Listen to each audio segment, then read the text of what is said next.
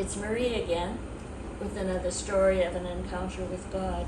This time, the story of a very special little baby.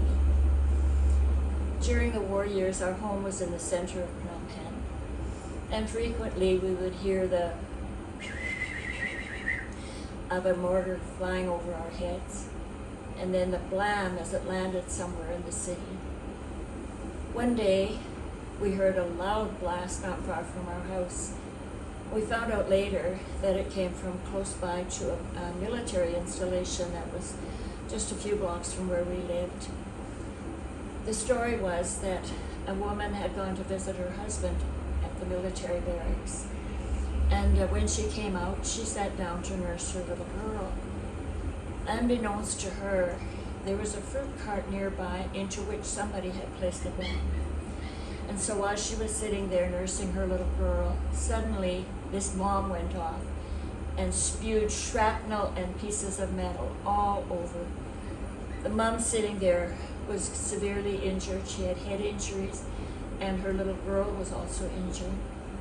Someone told us about this terrible situation, and it said that the woman now was in the hospital. The hospital also was not far from our place, and so one day I walked over there to see her. What I found was this poor woman so badly injured, so sick and hurting, lying in a bed. Some of her relatives were there trying to comfort her. One person was holding her little girl, and her little girl was crying for her mommy, and of course her mommy couldn't help her. The child needed milk, and mother couldn't nurse her. And so I took in this sad situation, and I said, would you like me to take this baby home and look after it in my house? And of course, they very happily agreed to that.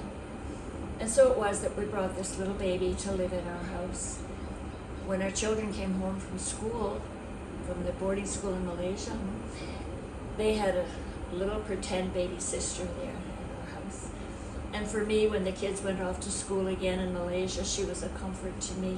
She was such a blessing. She was a darling little girl. Well, the time came when the mother was well enough to get out of the hospital, but she wasn't really well.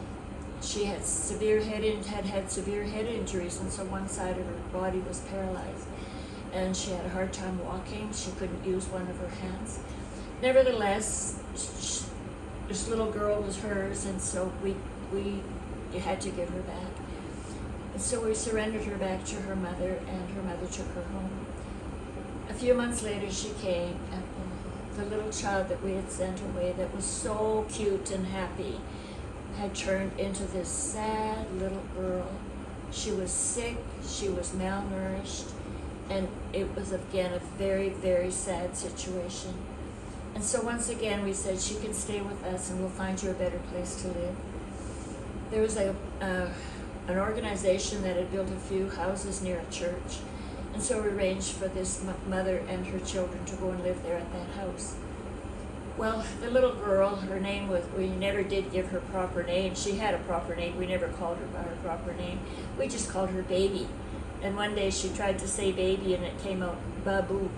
And so her nickname was Babu. So Mom would bring Babu over to visit us every once in a while, and she would be so happy to see us again. While she was at by the church where they had children's meetings, she would go and attend too. She was only 2 or 3 years old, little tiny little thing. And she would go and she would quietly listen as the children learned to sing. But she was taking it all in. She was a smart little kid. So one day when she came to visit, I was sitting on a chair doing some typing, and she climbed up on the chair right behind me, and she put her arms around my neck, and she sang. She said, "We are one in the Spirit, we are one in the Lord." And how did this little girl know that English was my language? How did she know that that English song would mean something to me? And anyway, how in the world? She had no idea that that song would have such deep meaning for me, that this little girl and I were certainly one in the Spirit, one in the Lord. She was a precious, precious little girl. By and by, the Khmer Rouge came in. Everybody had to leave. By and by, we were evacuated too and had to go to Canada. And I remember my daughter Shelley, who loved this little girl so much. I remember her as a 16-year-old girl praying for Babu and saying to the Lord, maybe by now she has already left this earth, and she has a beautiful home in heaven that we always long for her to have.